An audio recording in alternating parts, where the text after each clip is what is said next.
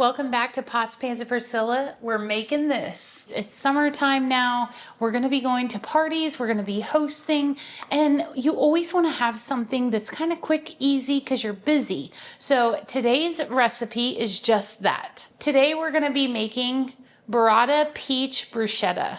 Say that 5 times fast. So let's get cooking. Real quick, let's go through our ingredients. Make sure you're writing this down. We're starting off strong with some Mike's Hot Honey. We have our burrata cheese, olive oil, balsamic glaze, not vinegar, the actual glaze. Normally I would do fresh basil, but this is what we're working with today. We have some tomatoes, peaches, a lemon. I'm using a Cuban bread. I've got some salt, and that's it. First step is we're gonna cut our bread into about 1-inch slices, throw it on our baking sheet, put some olive oil on it, put it in the oven on 425 until they're toasty.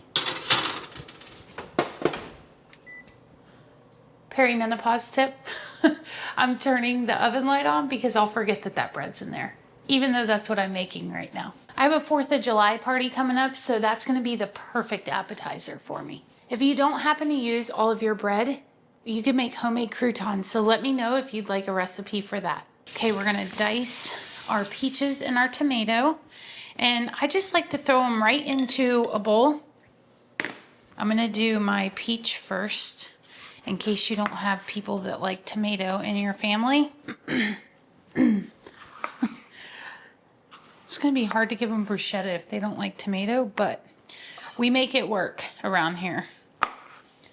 So let me show you how I slice mine. You don't want it too big, so about that size.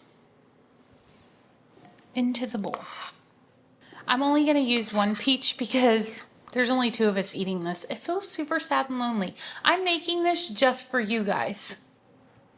I'm cutting the tomato about the same size as the peach, which is pretty common in most dishes that you make. You want all your cuts to be around the same. We've got our base, our tomato and our peach. Now we're just gonna add a little lemon. All of this is gonna be measure with your heart, okay? Kind of measure it, put it in, take a taste, see what you like, see what you don't like. So just a little lemon. We do have to get those seeds out though. We don't want seeds in our bruschetta. That's not a fun thing.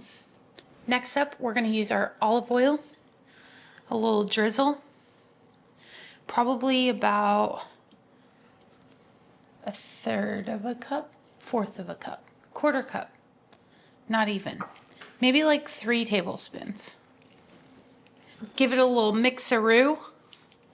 You want it to all be coated with the olive oil. So whatever that looks like for you, because it's gonna be based off of how much you're using as well.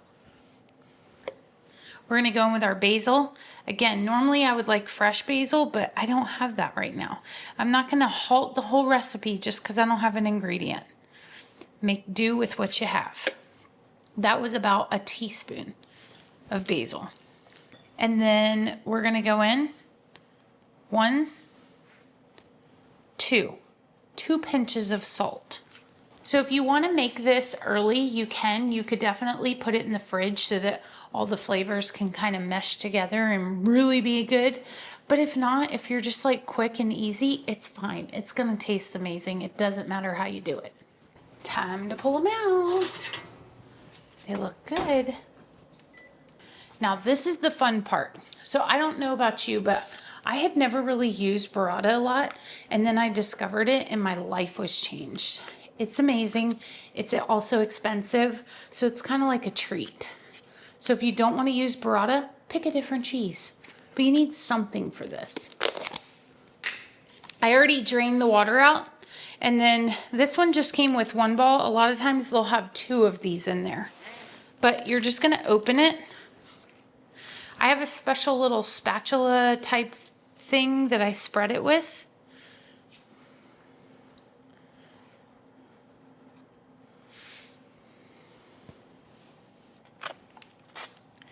You put that right on top of your baguette. Got the burrata on there, transferred them to another plate. Now I'm gonna take my peach and tomato mixture put that right on top. Next up, we're gonna put on some balsamic glaze. You're just gonna kind of drizzle it over the top. Last but not least, this is gonna be a preference, Mike's Hot Honey. It's so good. If you haven't tried it, try it.